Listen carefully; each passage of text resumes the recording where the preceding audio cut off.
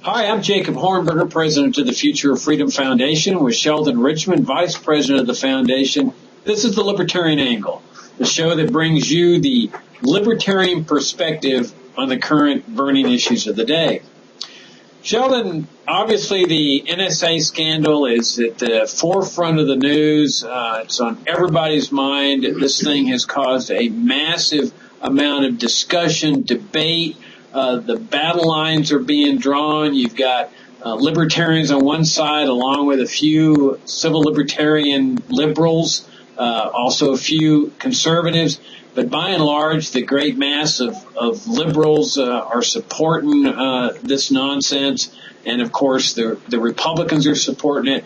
So I thought that I would start out by giving – there's so many angles to this, of course, but I thought I'd give you what I think is one of the most fascinating aspects of this thing from a political standpoint. And then I'll kind of toss it to you and see, what your take is on different angles to this thing. But one of the things that I just found fascinating is the politics of this thing. That here you have President Obama, after having criticized President Bush for this same type of thing, where Obama presented himself as this principled civil libertarian during the campaign and so forth, ends up adopting and embracing everything that Bush was doing and expanding upon it. And then you've got the Democrats in Congress, people like Pelosi and so forth, that are over here defending the national security state, this massive surveillance scheme. And interestingly enough, you have Republicans like Dick Cheney that were doing the same sort of thing, coming to Obama's support on this thing. And to me, one of the greatest things about this scandal is that it has shown what we libertarians have argued for so many years, that there really isn't a dime's worth of difference between what we call a Democrat and a Republican, that they are flip sides of the same coin, that they believe in statism, they don't believe in liberty the way we libertarians do, and that the real hope for this country lies with the libertarians. Now, obviously, it's principled liberals like Glenn Greenwald, the ACLU, that have maintained a steadfast allegiance to really what are libertarian principles. But by and large, it's the libertarians that are forming the battle lines for freedom and privacy in this country, and I find that absolutely fascinating. The way the lines are being drawn a little unpredictable, and it is fascinating. Among Republicans and conservatives, you have a group that is applauding Obama. Ari Fleischer, who was George W. Bush's first press secretary, said he was proud to be able to say that Obama has continued the Bush type surveillance programs. And so I guess you could say that's a consistency in principle. It's a principle we abhor, but at least it's consistent. And so I guess we have to recognize that they don't pick and choose their programs that they like or dislike depending on which party is holding the White House. On the other hand, you have Sean Hannity. There's a montage of his statements both during the Bush years and during the Obama years going around the internet, where he's praising such a surveillance when Bush does it and condemns it as Orwellian when Obama does it. To my knowledge, he's not explained this apparent contradiction. Then a third camp is Rush Limbaugh, and I don't know how many people share this view, but I guess there are some who like it when Bush does it, but they don't like it when a president who is in office who, quote, hates America, close quote. So there they've at least tried to draw a line of, it's kind of transparent, but they tried to draw a line justifying why they can support spying when Bush does it, but oppose it when Obama does it. I don't know who's more ridiculous, Hannity or Limbaugh, but that distinction ought to be recognized. And then on the other side, among Democrats, most of them are sticking with Obama. And, of course, they're now caught in the opposite of the Hannity problem because they condemn such things when George W. Bush was doing this. The funny thing is, don't forget when Bush got caught in 2006 or 7 by the New York Times doing a warrantless wiretapping, Congress immediately very quickly passed a law legalizing it, so it was no longer illegal. And of course, Democrats controlled the Senate. I guess they controlled the House at that point too. So they allowed them to do it. So there's hardly any principle there. So it is very interesting to watch. It's in a way it's in a perverse sort of way a great spectator sport to see who's going to take what position, because it's in some ways it's kind of unpredictable. You don't know how any given person is going to take it. Right. Only the libertarians can be. I was going to say can be dependable, but there are some people who consider themselves libertarians who have not been very dependable in this, and I can name 3. 2 of them associated with the Cato Institute, Roger Pilon and Richard Epstein, who's I believe a senior fellow there, who's eminent law professor, knows constitutional law and law very well. He's written lots of books that are generally libertarian, that propose putting limits on government power. And yet he and Pilon the other day defended the NSA program in a Chicago Tribune op-ed. Which has a great rebuttal today by Julian Sanchez, who knows this material extremely well and shows that they're both wrong factually and also legally and constitutionally. And then we have John Stossel, who inexplicably the other day argued in his column that we have more important things to worry about. Even libertarians have more important things to worry about than the NSA, and I just don't understand that whatsoever. Yeah, it's really bizarre because, libertarians are supposed to be all about freedom and privacy, and the fact that any libertarian would try to reconcile a massive secret surveillance scheme over an entire nation and in different parts of the world for the principles of freedom is just bizarre. On the liberal side, on the conservative side, what I find fascinating is that they honestly believe that's a free society. I mean, you see them at the sports events, singing, "Thank God I'm an American because at least I know I'm free." And in their minds, they truly believe they're living in a free society, despite the fact that they've now discovered that the government's got this massive surveillance scheme. I mean, isn't this one of the things that characterized the communist regimes during the entire Cold War? You look at the East German regime, the Cuban regime, the Soviet regime, the China regime, the North Korean regime. I mean, we always had this picture that everybody was being monitored, everybody was being watched, and they were. And yet Americans understood that was what distinguished the United States from the communist countries, at least one of the things. There are, of course, the economic differences. But there was always this concept that when you go into a communist regime, you were being watched, you were being monitored. And yet, here we now find out that the NSA has been doing, in principle, the same sort of thing, monitoring everybody, their telephone records, emails, and so forth. And yet, everybody continues to believe this is freedom. Boy, I am so glad that I'm an American because unlike other countries, I'm free. And then when you add to that, of course, that we're living under a regime where the president has the omnipotent authority to assassinate anyone he wants, including Americans, or pick up people, detain them indefinitely, kidnap them, torture them, and Americans continue saying, boy, we sure are free. I'm so happy we're free. I mean, it really brings to me to mind the words of Johann Goethe that said, none are more hopelessly enslaved than those who falsely believe they are free. And in my opinion, Sheldon, that quote perfectly sums up the plight of the American people. Well, I've been watching these folks closely, reading what they're saying and watching them on television, and I'm fascinated by it. I try very hard to look at it as they're looking at it. And I think that's the only way I think we come up with a strong response to them. We have to see it as they're attempting to see it. They don't think it has anything to do with what Cuba does or North Korea does to its citizens, because they think this is still occurring within a context of a rule of law and a constitution, and that the government's role, they would say, first and foremost, is to protect the security of the American people, and add to that, they believe there's this, decentralized, non-uniformed adversary out there that in the past has caused harm, has killed people, both on U.S. soil and elsewhere, and would like to do it again. So they have all these considerations in mind. They, not all conservatives are taking the position of the people you were just referring to, but they're still working from that same framework. So some of them will say it's not comparable to what a communist country does, because the communist country is not trying to protect the people by the spying. They're trying to protect the regime by the spying.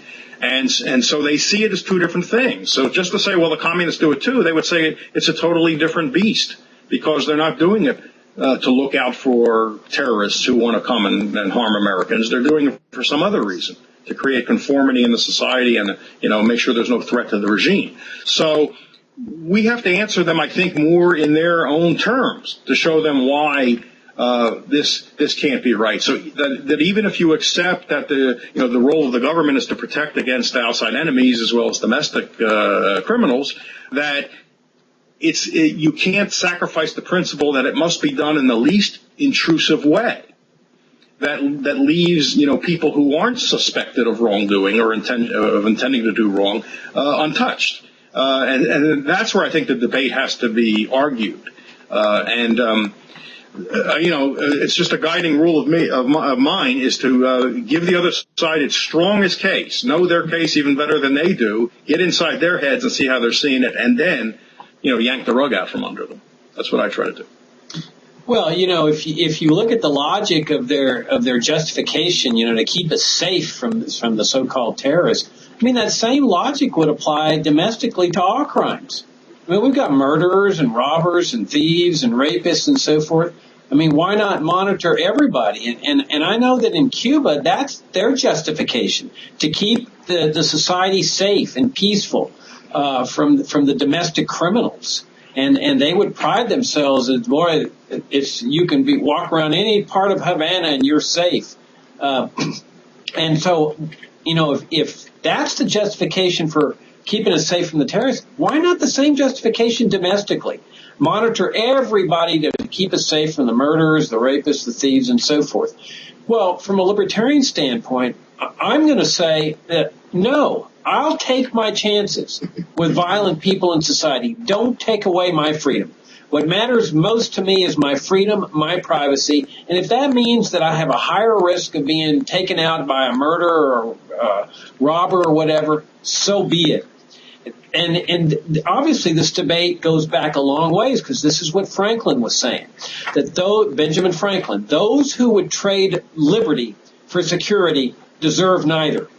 And I would add to that they will get neither, because the government then becomes the greatest threat to the freedom and privacy of the people, much greater than the threat that they're purporting to protect us from. And then, of course, there's the other angle to this, that the threat that they're protecting us from, or supposedly protecting us from, they have produced with their policies. And so the national security state goes abroad with all of its interventions and invasions, occupations, sanctions, embargoes, and so forth. They hurt people. Those people get angry. They retaliate with terrorist threats, and then that's used as the excuse to take away our freedom here at home. And James Madison pointed out that's a favorite tactic that regimes have used throughout history. Incite the crisis and then say, well, now we got to defend people from the crisis, and then that defense becomes the instrument of tyranny and the instrument by which they deprive us of our freedom at home. No, I agree with that. And then the first part of what you said, that's a good Socratic question to ask of someone who's taking this position that you're talking about. You would say, well, would you apply the same kind of very broad data gathering powers to combat domestic crime? And I assume, most of those people would say, no, I wouldn't. So now you say, yes, okay, now we have you in a contradiction. Explain to me the difference. Why are you willing to allow these broad powers of hoovering up data? And by the way, I agree with, I think, Bruce Schneier, who points out that it's wrong to call this metadata. Metadata is data about data, and that's not what this is. This is substantive data, right? Phone numbers, time, date. That's not metadata. That's data. I don't know why they think they can make it seem less threatening if we call it metadata. But anyway, so the question would be to this conservative. I think we're talking about a typical conservative. why are you willing to allow much broader powers to the government when it comes to possible threat from outside versus domestic murder? Domestic murders way outnumber murder from terrorists. I shouldn't say domestic. Murders of Americans by non-terrorists way outnumber murders by terrorists. I mean, there's no contest. So why very intrusive powers on the one hand, but not on the other hand? They need to be made to answer that. That's a good, Socratic thing. You've caught a contradiction in them.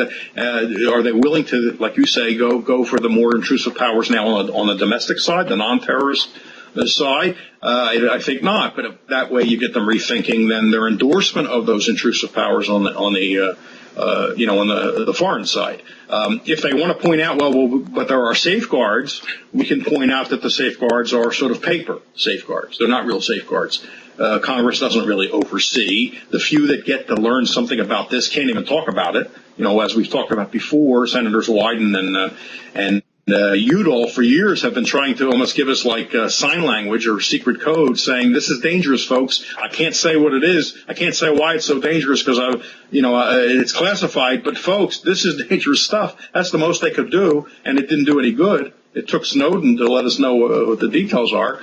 So that oversight is a paper oversight, and the court oversight that even Paulhan and Epstein invoked is a paper oversight because the FISA court is a secret court, and in 40 years it's turned down 11 requests for these so-called foreign warrants, and they don't have to be. They don't even have to be. And the law says it needs to be related to a particular investigation, but that's not how it's played out. It doesn't have to be related to any investigation. So I would love to get a conservative in front of me to get him to reconcile all this, because it seems like there's a huge contradiction in what he's saying. Well, and they keep saying that the courts have held this whole scheme to be legal. That's just nonsense, because it's not the role of the FISA court to determine the constitutionality of this program.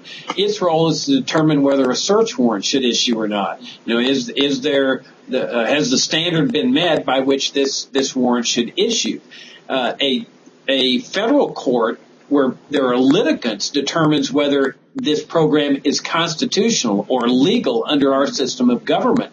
And every time somebody's tried to bring a lawsuit alleging that what we've suspected is going on is illegal, unconstitutional, the Obama regime has always objected, saying, they don't have standing. They can't show they've been hurt by this. And, of course, the answer to that was, yeah, because it's all secret. And the courts have sustained the standing argument.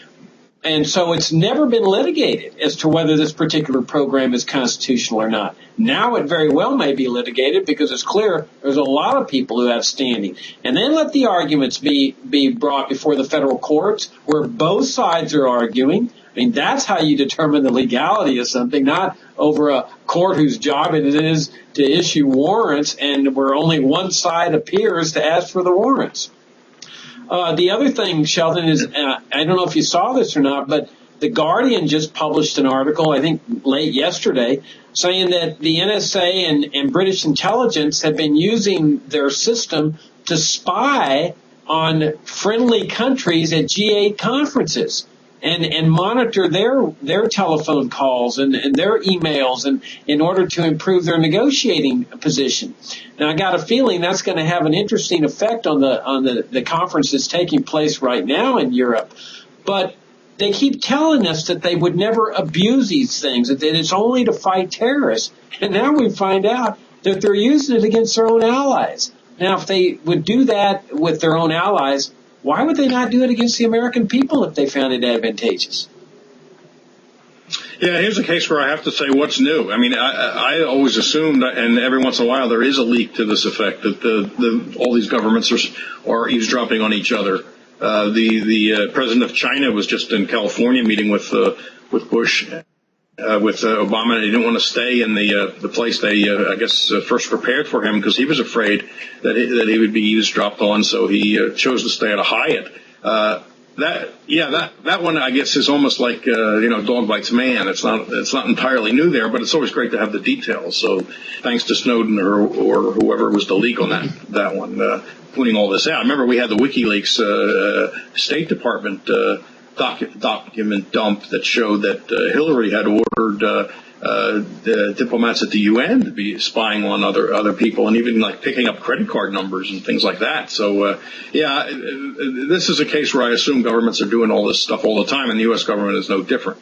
But you're right. The fact that they tell us they're not abusing it, it's like if someone says I'm not lying, but you have every reason to see that they're lying, that statement itself has to be suspect. We had Clapper go before Congress in March and say point blank no when Wyden asked him whether there's a collection of mass data on millions or hundreds of millions of Americans. He said no. When he was asked to follow up, he simply said not wittingly. But his first answer was just a point blank no. And Keith Alexander, the head of the NSA, around the same time, I guess, gave a speech at AEI where he said this was not happening. Well, there's an old, I used to cover the courts, trials of all kinds, and lawyers like to say, use the Latin maxim, falsus in uno, falsus in omnibus, false in one thing, false in all things. And that was a direction to the jury. That's what they would tell a jury.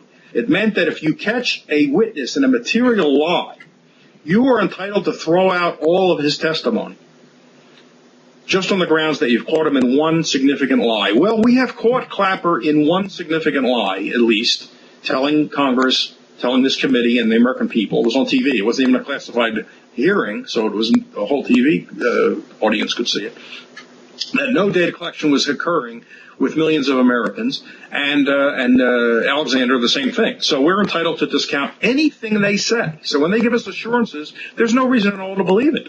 They've lied. They're liars.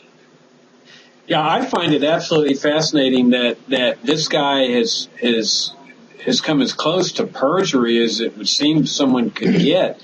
I mean, they go after Martha Stewart for lying to an investigator about some silly stock trade, and they go after Roger Clemens on perjury before Congress in an investigation that was none of Congress's business. And they have all these little highfalutin statements about how important it is to tell the truth before federal investigators and federal bodies.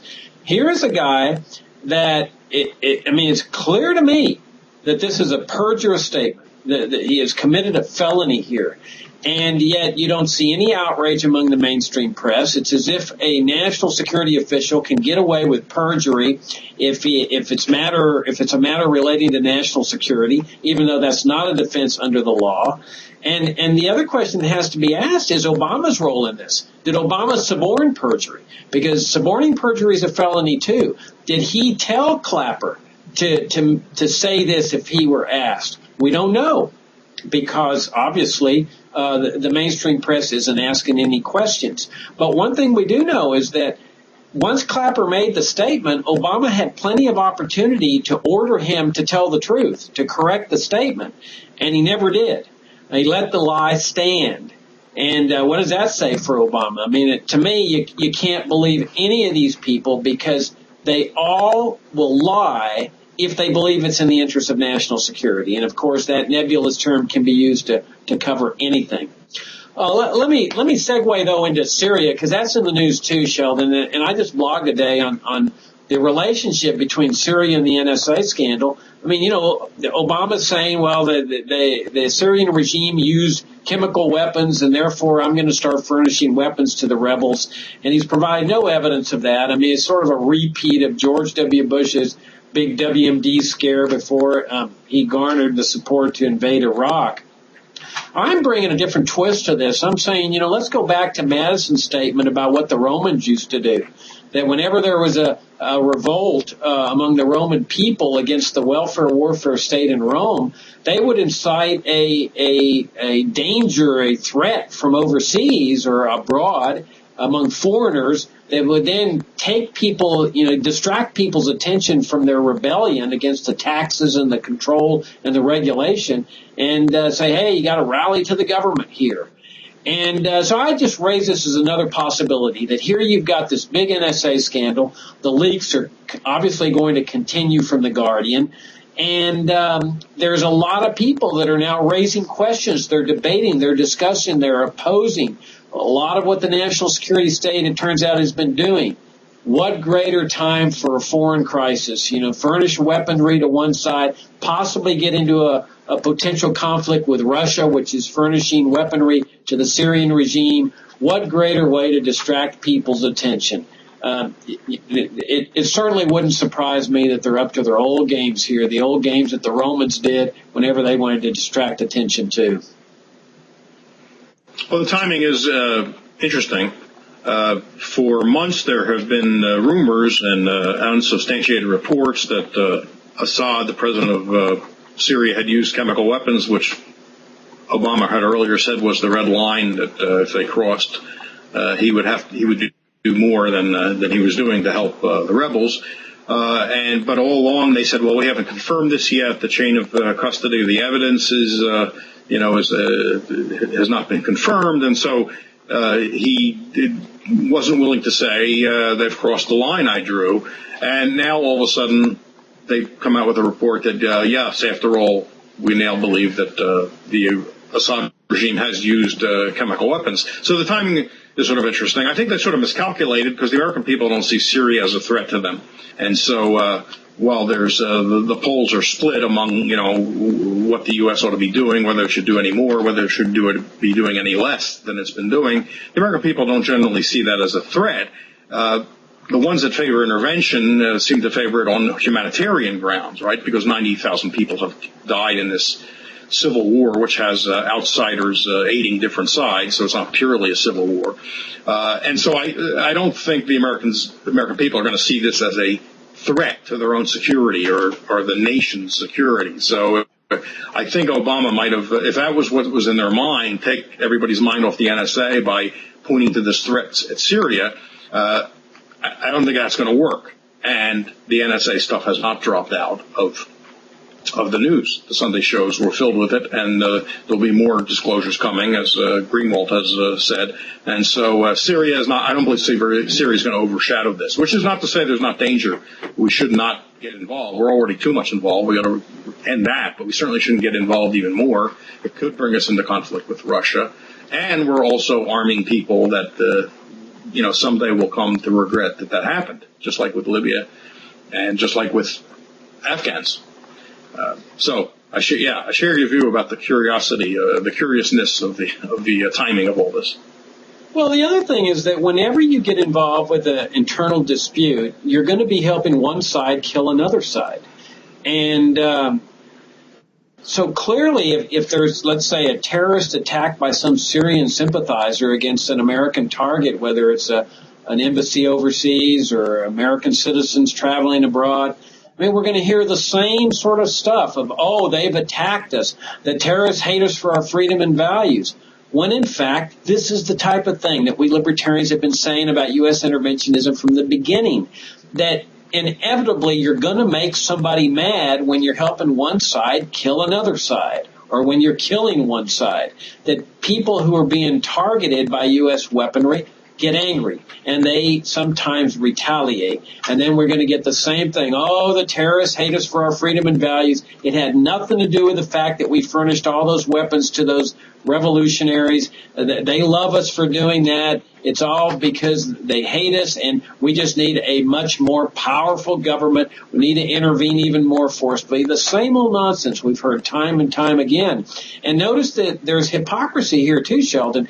Let's not forget that we used, that is, the U.S. government used the Syrian regime as part of its rendition torture program. That was where the CIA kidnapped the Canadian citizen Meher Arar, and they renditioned him to Syria, where he was tortured for a year before he finally was judged to be totally innocent of what the CIA was accusing him of. In fact, the Canadian government has apologized for their role in this sordid deal. They've, I think, given him money. But here, when Assad was our buddy, everything was fine, all hunky-dory. And now, since he's no longer part of the U.S. rendition torture program, part of the U.S. Empire team, regime change is necessary so the U.S. can install its own dictatorship. Is it any surprise that there is so much anger and resentment against the U.S. around the world because of this hypocrisy and double standard? And you can't look at Syria in a vacuum because you have to bring Iran into the picture. Iran is Assad's supporter, backer, ally, and has been for a long time. And the U.S. and its ally Israel are intent on making sure that Iran is not a active dominant power in the Middle East, which is a little weird. It's a very big country with a lot of population, and there's no way it's not going to be an important power in the Middle East. And yet, again, the U.S. and Israel want to make sure that it is not that, and so they have economic sanctions, and they've cooked up this manufactured nuclear threat, which doesn't exist. They're not making weapons. The intelligence agencies don't believe they're making nuclear weapons.